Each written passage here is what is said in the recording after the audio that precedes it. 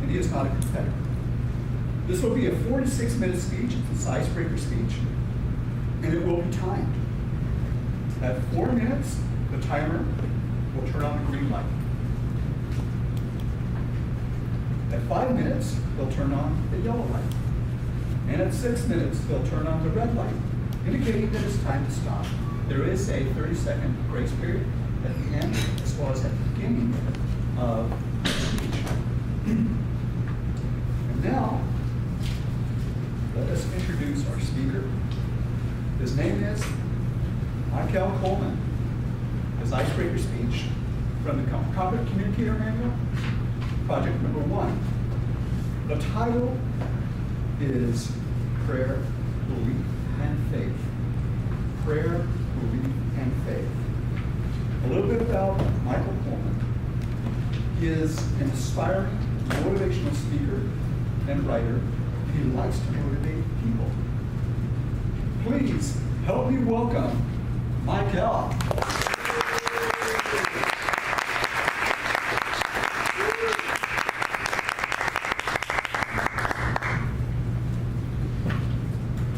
Thank you, Toastmaster.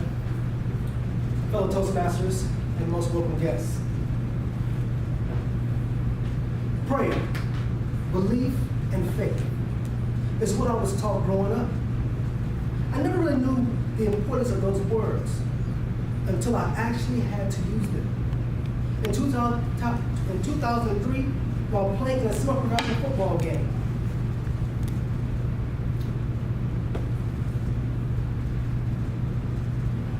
my life flashed before my eyes.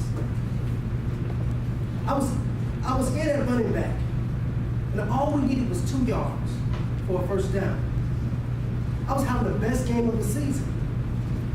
That's what I would call of my career. In my eyes, I felt I couldn't be stopped. Play after play, I felt like I was dominating. We would lead the Tampa Bay Sharks by 27 points.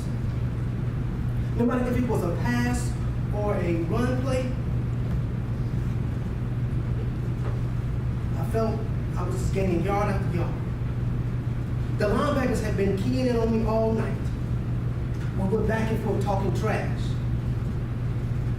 until the next play that almost changed my life physically forever. The play was called 27 pitch, and the ball was coming to me, and the other team knew it. It's as if everything became slow motion as I scanned the defense. The ball was hiked, and the quick pitch was thrown to me. I stumbled it and almost lost my footing, trying to decide if I should go left or right. All the while the defense was closing in on me closer and closer. When I should be running forward,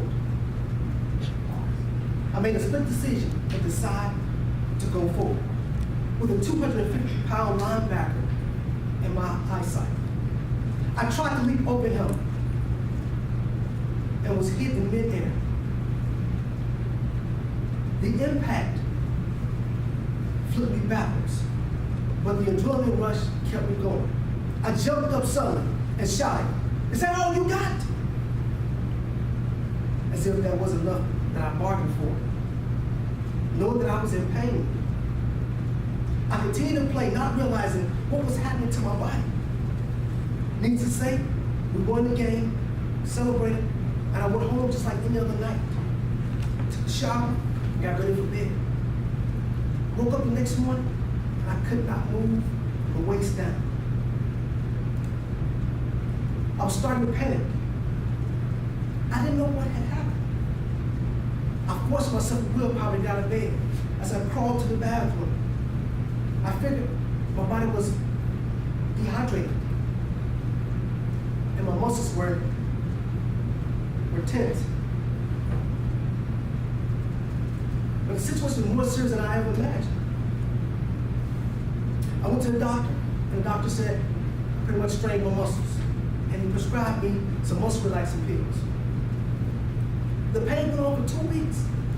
As the days passed, my back began to tighten, and my legs began to tighten, to the point where I barely could stand up. And every time I would walk, it would feel like something was just holding me.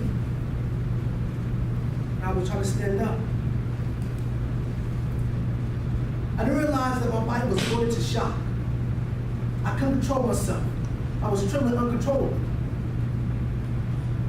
I called a cab, and the cab took me to the hospital. I asked the driver to get a nurse and have him bring me a wheelchair because I couldn't walk.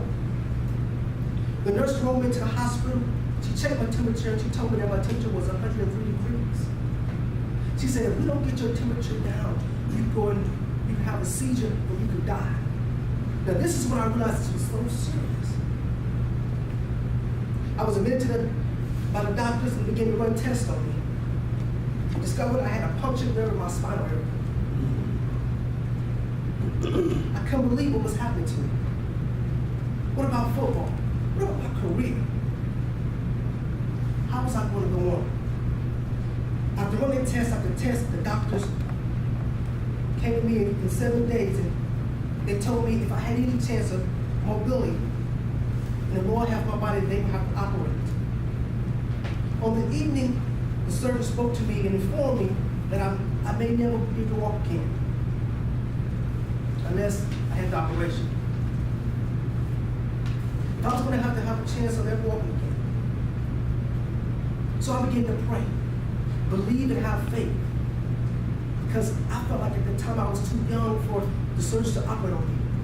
I continued to pray, believe and have faith. And a miracle happened to me. The surgeon came back the next morning, they felt my legs, and he turned to the other surgeon, he spoke, and he turned back to me and said, Mr. Coleman, we don't have to operate. From that moment, I knew that with my prayer, my faith, and belief, that it got me through that situation. So when you're faced with a situation and you feel like you can't get through, just try praying. Have faith and believe. Thank you.